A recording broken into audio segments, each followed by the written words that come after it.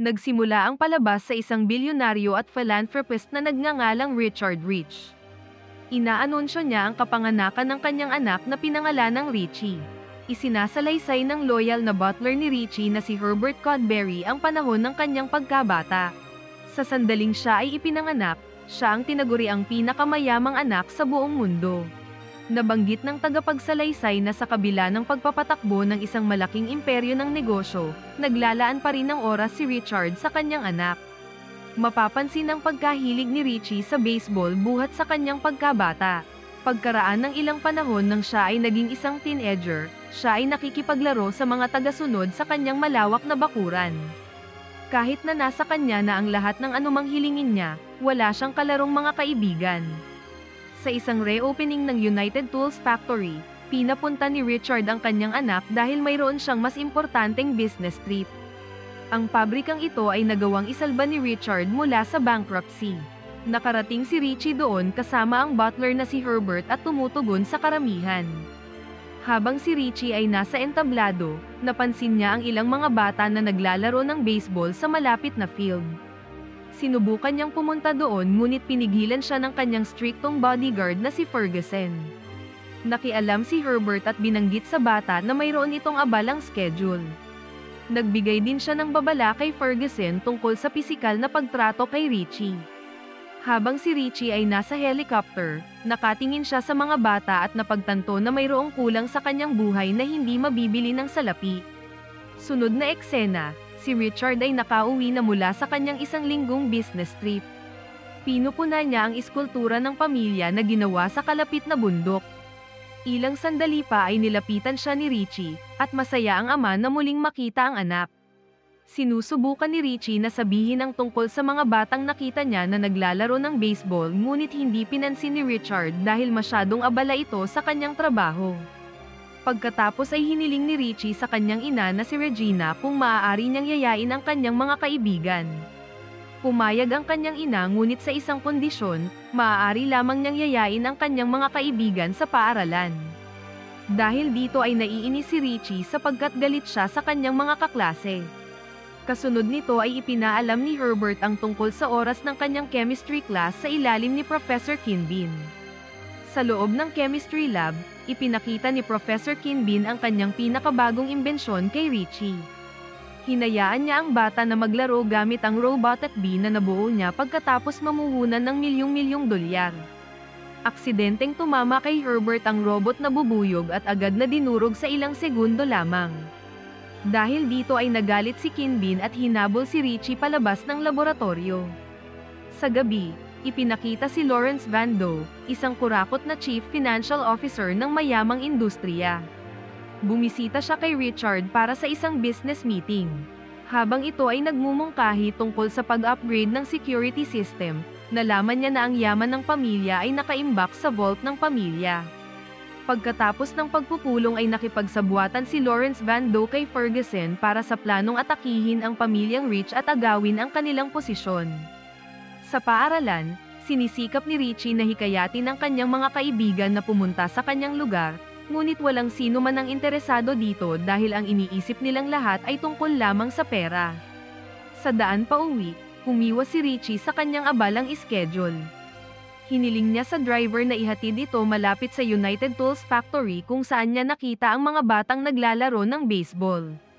Pagdating nila sa lugar, muli niyang nakita ang mga kapwa bata at gusto niyang sumali sa kanila. Iba ang iniisip ng mga bata at ginawa siyang katatawanan. Naisip nila na nabubuhay siya sa labis na pribilehiyo para matutunan kung paano maglaro ng baseball. Pagkatapos ay pumusta si Richie ng $10 kasama ang mga kapwa bata at sinasabing makaka-home run siya. Agad namang tinanggap ng mga bata ang pusta. Nang ibinato ng isang batang babae na nagngangalang Gloria ang bola, inindayog ni Richie ang baseball bat at tinamaan ang bola kaya naman ay nanalo siya sa pusta. Pagkatapos ay inimbitahan niya ang mga bata sa kanyang lugar para sa isang party, ngunit agad na tumanggi si Gloria sa kanyang imbitasyon.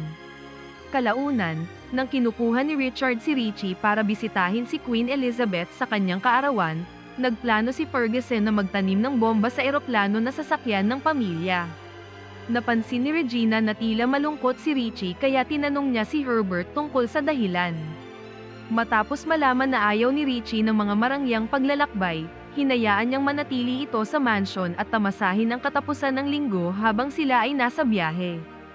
Sa mansion, sinurpresa ni Herbert si Richie sa pamamagitan ng lihim na pag-imbita sa mga batang naglalaro ng baseball.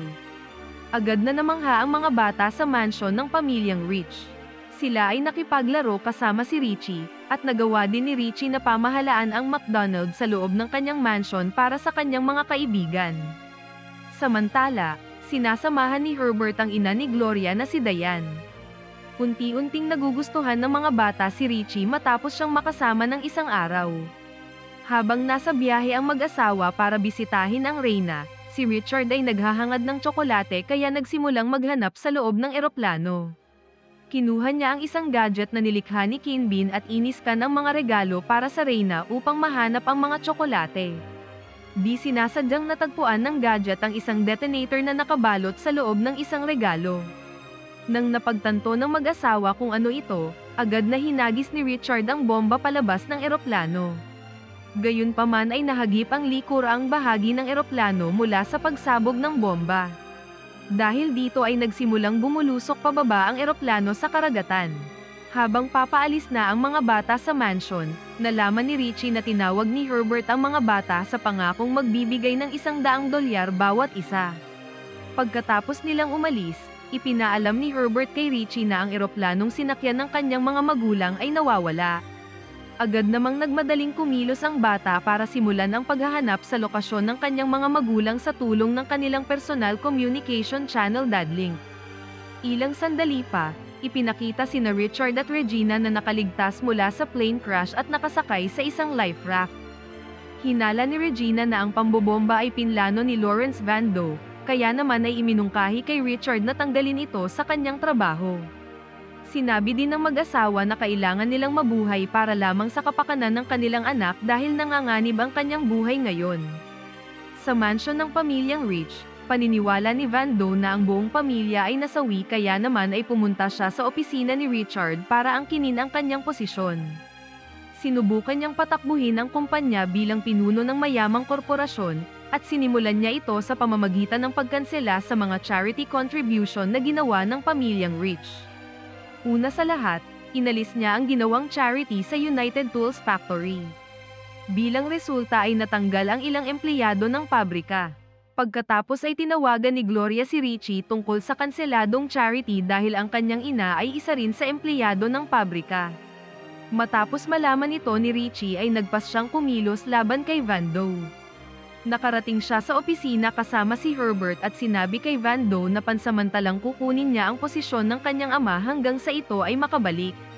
Sinisikap naman ni Vando na manipulahin ang bata sa pagsasabing siya ay isang menor de edad, ngunit namagitan si Herbert para tulungan si Richie. Nabanggit ni Herbert na maaari niyang mapasok ang mga proxy right para kay Richie bilang kanyang pangatlong magulang. Una sa lahat, muling binuksan ni Richie ang United Tool Factory at kalaunan ay nagpatuloy sa trabaho sa opisina ng napakabilis. Si Gloria kasama ang mga kaibigan ay bumisita sa opisina ni Richie.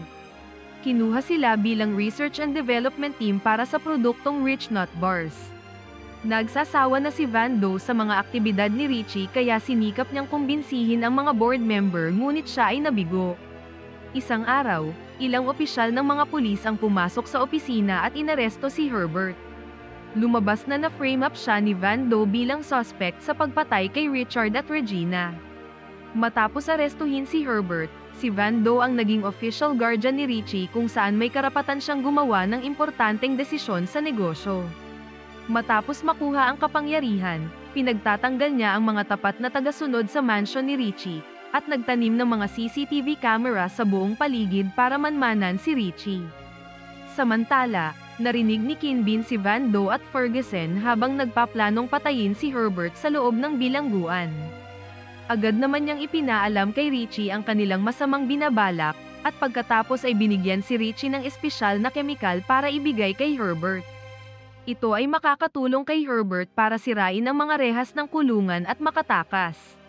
Mahusay na naipasok ni Richie ang kemikal sa loob ng bilangguan, sinasabing ito ay isang toothpaste para sa sensitibong ngipin. Sa loob ng banyo ng bilangguan, habang si Herbert ay magsisipilyo, bigla siyang inatake ng isang hitman na ipinadala ni Vando. Gayunpaman ay nagawa niyang patulugin ang hitman at pagkatapos ay ginamit ang kemikal para makalabas mula sa kulungan.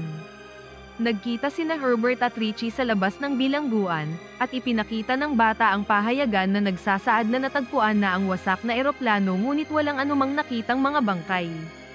Dahil dito ay malaki ang paniniwala ni Richie na ang kanyang mga magulang ay buhay pa. Pagkatapos ay dumiretso sila sa bahay ni Gloria kung saan inaasikaso ng kanyang ina si Herbert, habang ginagamit naman ni Richie ang computer system ni Gloria para i-hack ang dadlink ng kanyang ama.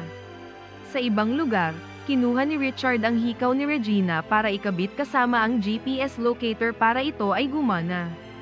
Paniniwala nila na matatagpuan na sila ng kanilang anak. Samantala, kinukumpronta ni Vando at Ferguson si Kinbin para sabihin nito kung nasaan ang vault ng pamilyang Rich. Ipinahayag ni Kinbin na wala siyang alam tungkol sa lokasyon ng vault, at nababatid lamang niya na ang vault ay mabubuksan lamang sa pamamagitan ng voice command ng mag-asawang Rich. Samantala, pagkatapos malaman ni Richie na ang kanyang mga magulang ay buhay pa at malapit nang matukoy ang kanilang lokasyon, si Ferguson ay naabisuhan tungkol sa kanilang pagkilos kaya agad nitong tinanggal ang koneksyon ng dadlink. Pagkatapos ay inabisuhan ni Ferguson si Vando na sina Richard at Regina ay buhay pa.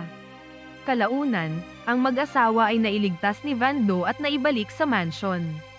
Ipinakita rin ng mga bata sa labas ng mansion habang nagsasagawa ng plano para ma-access ang link device ng ama ni Richie. Nagawa nilang malusutan ang seguridad at nakapasok sa mansion, hanggang sa natagpuan nila si Kinbin na nakatali sa upuan. Pinalaya ni Richie at ng kanyang mga kaibigan si Kinbin at pagkatapos ay tinanggal ang koneksyon ng mga CCTV camera. Samantala, ibinuhos ni Kinbin ang isa sa kanyang inihandang kemikal papunta sa fountain. Ito ay nagdulot sa tubig na mag-anyong mga bubble na nakakagambala sa mga gwardya. Pumasok si Richie sa kanyang silid at pinasok ang dadlink para matagpuan ang lokasyon ng kanyang mga magulang sa loob ng mansion. Sunod na eksena, nakikita natin si Richie at Herbert kasama sina Richard at Regina sa loob ng isang silid. Ang mag-asawa ay hinostage ni Vando at inutusan sila na buksan ang vault para sa kanya. Sinabi ni Richard na ang vault ay matatagpuan sa Mountain Richmore kung saan binuo ang iskultura ng pamilya. Iniwan sina Richie at Herbert sa silid kasama ang gwardya, at isinama ni Vando ang mag-asawa sa lokasyon ng vault para buksan ito habang sina Richie kasama ang mga kaibigan, Diane, at si Herbert ay dinala sa laboratorio at ikinulong sa isang hawla. Sa kabutihang palad, si Kinbin ay dumating at ginamit ang kanyang kemikal para iligtas silang lahat. Pagkatapos nito, nagmadali si Richie para iligtas ang kanyang mga magulang mula kay Vando. Sa Mount Richmore, binuksan ng mag-asawa ang vault sa pamamagitan ng kanilang voice command. Sa loob ng vault ay puno ng mga laruan ni Richie noong siya ay maliit pa, at ang mga alaala ng pamilyang Rich. Si Vando ay nagalit nang makita ang mga bagay dahil inakala niya na ang vault ay naglalaman ng bilyong-bilyong dolyares. Dahil dito ay tinangka ni Vando na patayin ang mag-asawa, ngunit si Richie ay dumating sa tamang oras at nakialam. Agad na binaril siya ni Vando, ngunit salamat sa bulletproof jacket ni Kinbin dahil si Richie ay hindi nasaktan. Sa pagkakataong ito ay inatake ng mag-asawa si Vando at ang gwardya, at pagkatapos ay agad na sama-samang tumakas ang pamilya. Sa kanilang pagtatangkang tumakas, nakita sila ni Ferguson at agad silang pinuntirya gamit ang rock-blasting laser na dating ginamit sa paggawa ng iskultura. Pinabagsak ni Herbert si Ferguson at ilang sandali pa ay ginamit ang parehong laser para puntiryahin si Vando na tinatangkang barilin ang pamilyang Rich. Sa ganitong paraan, nagawa ng pamilya na talunin si Vando. Sa huling eksena, ipinakita si Richie na naglalaro ng baseball kasama si Gloria at mga kaibigan sa kanilang malawak na bakuran kung saan si Herbert ang team head coach. Tinamaan ni Richie ang home run at naipanalo ang laro para sa kanyang team. Ang bolang tinamaan ni Richie ay pinulot ni Vando na naghahalaman sa damuhan kasama si Ferguson sa kanyang tabi at ang police officer na nagbabantay sa kanila. Tunay na masaya ang mag-asawa habang pinapanood si Richie na naglalaro ng baseball. Nararamdaman nila na natagpuan na ng kanilang anak ang mga totoong kaibigan na kailanman ay hindi mabibili ng salapi. Ano ang masasabi mo sa pelikulang ito? Mag-comment lang po sa ibaba, at kung nagustuhan mo ang video, mag-like at mag-subscribe para ma-notify kayo sa susunod nating upload. Maraming salamat!